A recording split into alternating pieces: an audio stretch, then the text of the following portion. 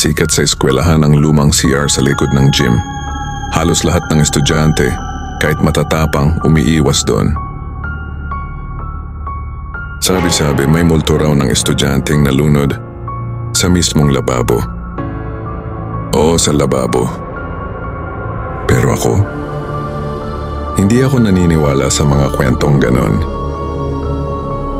Kaya isang gabi, bandang 12:00, nagpasya akong patunayan na wala itong kababalaghan.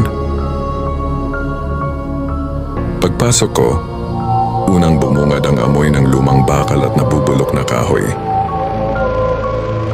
Tahimik ang buong lugar, yung klaseng katahimikang parang may pinakikinggan sa dilim.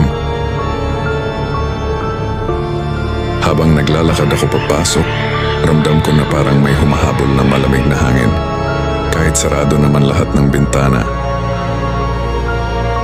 Umangat ang balahibo ko pero nagpatuloy ako. Pumesto ako sa lababo at nagbukas ng gripo. Mahina ang tulo ng tubig, parang may humihinga mula sa ilalim. Habang naghuhugas ako ng kamay, napansin kong may aninong gumagalaw sa salamin. Akala ko anino ko lang, pero hindi tugma ang galaw. Tumingin ako ng mabuti. Doon ko nakita isang kamay. Isa pang kamay na lumalabas mula sa loob ng salamin. Dahan-dahan gumapang iyon paakyat. Parang sinusubukang lumabas papunta sa akin. Umurong ako ng isang hakbang pero huli na. Sa salamin may babaeng nakatayo sa mismong likod ko.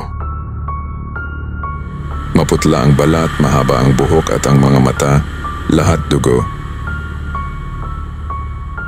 Hindi siya gumagalaw, pero nakatingin lang siya sa akin, parang sinusuri kung sino ako. Tapos, sabay na kumibot ang labi niya. At sa boses na parang galing sa ilalim ng tubig, bulong niya,